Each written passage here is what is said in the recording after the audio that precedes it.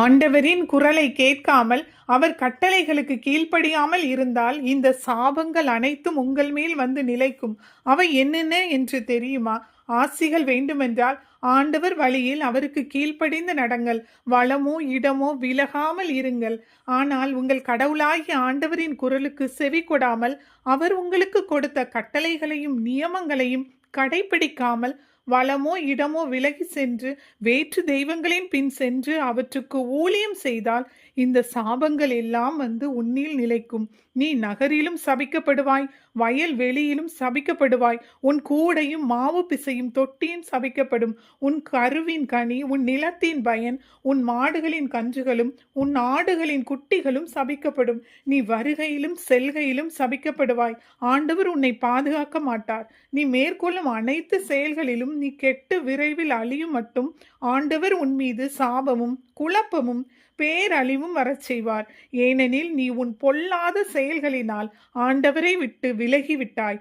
ஆண்டவர் உன்னை அழிக்கும் மட்டும் கொள்ளை நோய் உன்னை விடாது தொற்றிக்கொள்ள செய்வார். உருக்கு நோய், காய்ச்சல், கொப்பளம், எரிவெப்பம், வால், இடி, நச்சுப்பனி ஆகியவற்றால் ஆண்டவர் உன்னை வதைப்பார். நீ அழியும் மட்டும் அவை உன்னை வாட்டும். உன் தலைக்கு மேலுள்ள வானம் வெண்கலமாகவும் உனக்கு கீழேயுள்ள நிலம் இரும்பாகவும் இருக்கும். ஆண்டவர் புழுதியையும் தூசியையுமே உன் நாட்டில் மழையாக பொழியச் செய்வார். நீ அழியும் மட்டும் அவை வானத்திலிருந்து உன்மேல் விழும். உன் பகைவர்களுக்கு முன்னால் நீ முறியடிக்கப்படுமாறு ஆண்டவர் உன்னை விட்டு விடுவார். ஒரு வழியாய் வந்த நீ 7 வழியாய் அவர்கள் கண்களுக்கு முன்னே ஓடி போவாய். உனக்கு நேர்வதைக் கண்டு அனைத்து நாடுகளும் பேரச்சம் கொள்ளும். உன் பிணம் வானத்து பறவைகளுக்கும் நிலத்தின் விலங்குகளுக்கும் இரையாகும். எகிப்தின் கொப்பளங்களாலும் மூல நோயாலும் சொறியினாலும் சிறங்கினாலும் ஆண்டவர் உன்னை வதைப்பார். அவற்றிலிருந்து நீ நலம் பெற முடியாது. மூளை கோளாறினாலும் பார்வை இழப்பாலும் மனக்குழப்பத்தாலும் ஆண்டவர் உன்னை வதைப்பார். பார்வையற்றோன் இருளில் தடவி திரிவது போல் நீ பட்ட பகலில் தடவி திரிவாய். உன் முயற்சிகளில் நீ வெற்றி பெற மாட்டாய். நீ ஒடுக்கப்படுவாய். என்னாலும் பறி கொடுக்கிறவனாய் இருப்பாய். நீ ஒரு பெண்ணை மணமுடிப்பாய், ஆனால் வேறு ஒருவன் அவளோடு கூடி வாழ்வான். நீ ஒரு வீட்டை கட்டுவாய், ஆனால் அதில் நீ குடியிருக்க மாட்டாய். நீ திராட்சை தோட்டங்களை அமைப்பாய், ஆனால் நீ அதன் பயனை அனுபவிக்க மாட்டாய். உன் மாடு உன் கண்களுக்கு முன்னால் வெட்டப்படும், அதிலிருந்து நீ உண்ண முடியாது. உன் கழுதை கொள்ளையிடப்படும், அது உன்னிடம் திருப்பிக் கொடுக்கப்பட மாட்டாது.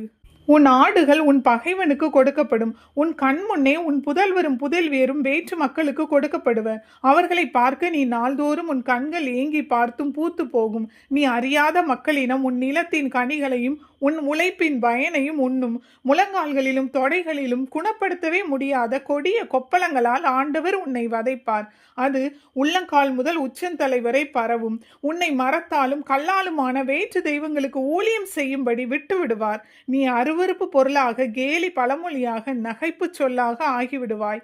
வயலில் மிகுதியாக விதைத்து கொஞ்சமே அறுப்பாய். ஏனெனில் வெட்டுக்கிளிகள் பயிரை தின்று அழித்துவிடும். திராட்சை தோட்டங்களை அமைத்து பேணுவாய், ஆனால் ரசம் குடிக்க மாட்டாய். பழங்களை சேகரிக்கவும் மாட்டாய், ஏனெனில் புழுக்கள் அவற்றை தின்று அளிக்கும்.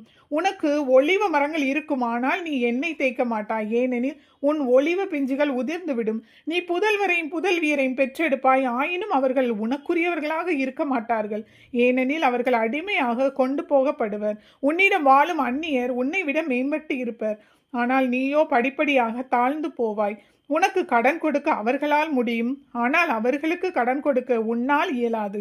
அவர்கள் முதல்வராய் இருக்க நீ கடையன் ஆவாய்.